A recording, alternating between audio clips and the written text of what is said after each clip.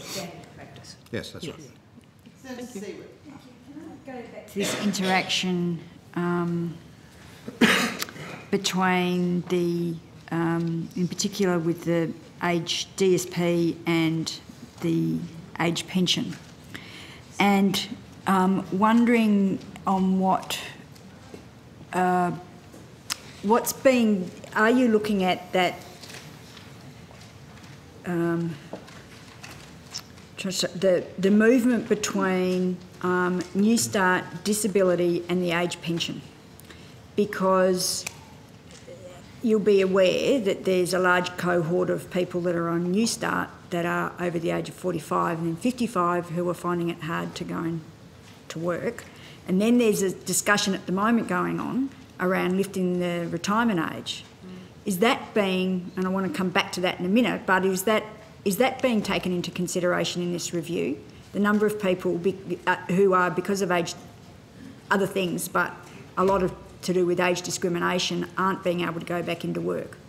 No, Senator. I mean, clearly people are aware of the commentary about possible options that government may consider about the age pension age, but as I indicated, the focus of the review at this stage is on the working age payments, and so in that context, yes, we're looking at the interaction between New Start allowance and DSP. That's very clearly something in scope. But while we're very much aware of it, we're not particularly focused on DSP and age pension. So and New Start. So any changes that are made surely must be made if there's a discussion about changing the age pension. Surely that needs to be taken into consideration, the number of people that are going to be stuck on those lower payments of New Start for longer. And surely that must play into any assessment that's been carried out about working age payments.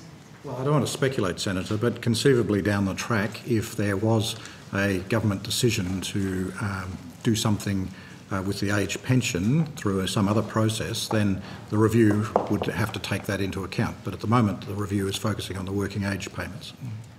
In terms of the discussion, public discussion that's been going on recently, led by the government, on raising the retirement age, has that been discussed with your department?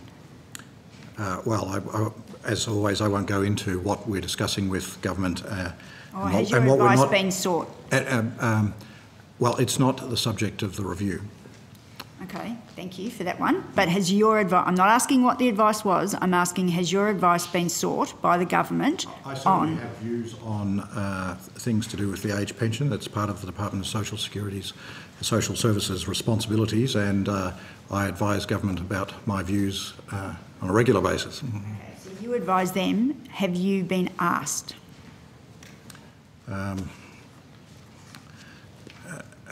Well, that's difficult to answer. I mean, these things come up in discussion in briefings. I am not aware of, or at least I cannot recall, a specific question about the age pension, but I tend to volunteer my views on things without having to be asked. I'll try it. I'll see if I get away with it. And what are your views on the increase of the age pension? Senator, that's a matter for government.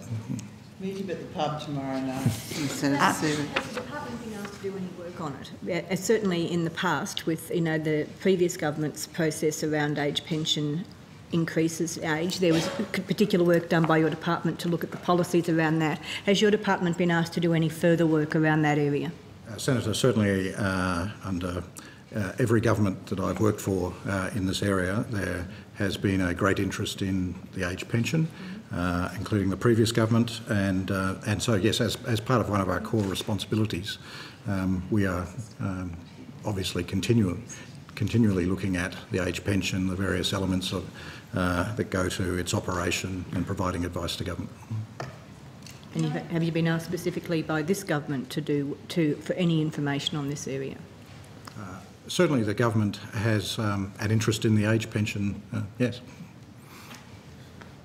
So, just earlier than that, you said you hadn't been asked to provide advice. So you've been asked to do work, but by the government. It's probably fair to say that As a policy department, we're consistently engaging with government on issues that go to the policy settings of the major areas of government expenditure. And given that the age pension is 39.5 billion estimated outlays in this current financial year, it is not surprising that we'd have an ongoing dialogue with government about those issues in this general area, and particularly in the context of the budget. The drivers of expenditure are part of the ongoing dialogue that we have. Let me be specific. Have you been asked to do any work in preparing information on impacts, costs, etc., on raising, for example, the pension above the current proposal of 67 in 2023? Have you been asked about either raising that mark from 67 higher or bringing it forward? Senator, that specific a question, I think, goes to the matter of the nature and content of advice that we provide to government. I can assure you that in terms of the welfare review, Minister Andrews has made it very clear that the focus is on their working age payments. Generally, we examine every aspect of the welfare system, including the age pension, and we provide advice to government on a range of matters to do with that. Okay. I can take it, therefore, that you have been asked to provide or do some work. Well, Senator, no, you can't, because I'm not prepared to confirm or deny what we are discussing with the government. All right. Have you got more questions on the McClure report? I have one more on that. Okay, and then we might, I know Senator Siewert and Senator Smith have got questions in other areas, so we'll move to one of them, then we'll come back over here and backwards and forwards. In terms of the review process, it seems to me that if you're looking at working age payments, a key part of that is the provision of the employment services. And I know that actual JSA is next door.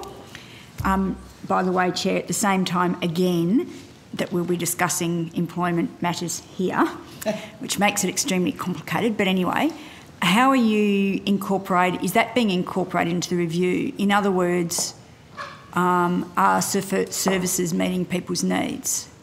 Senator, while the review is primarily focused on the welfare system itself, unavoidably we have to look at what supports and services are available for people, and so there is an interest in what is happening through the employment services and disability employment services and other areas. And so, yes, we have interactions with the Employment Department along those lines. Okay. And can I ask a supplementary to that one?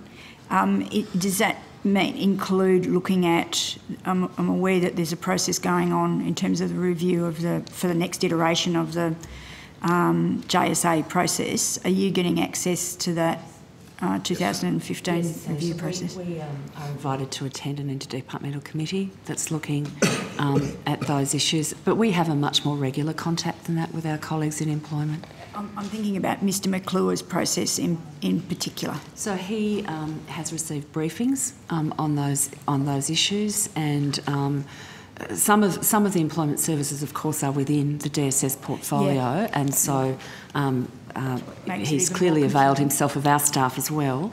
But we have provided advice from the Department of Employment and will continue to do so. Okay.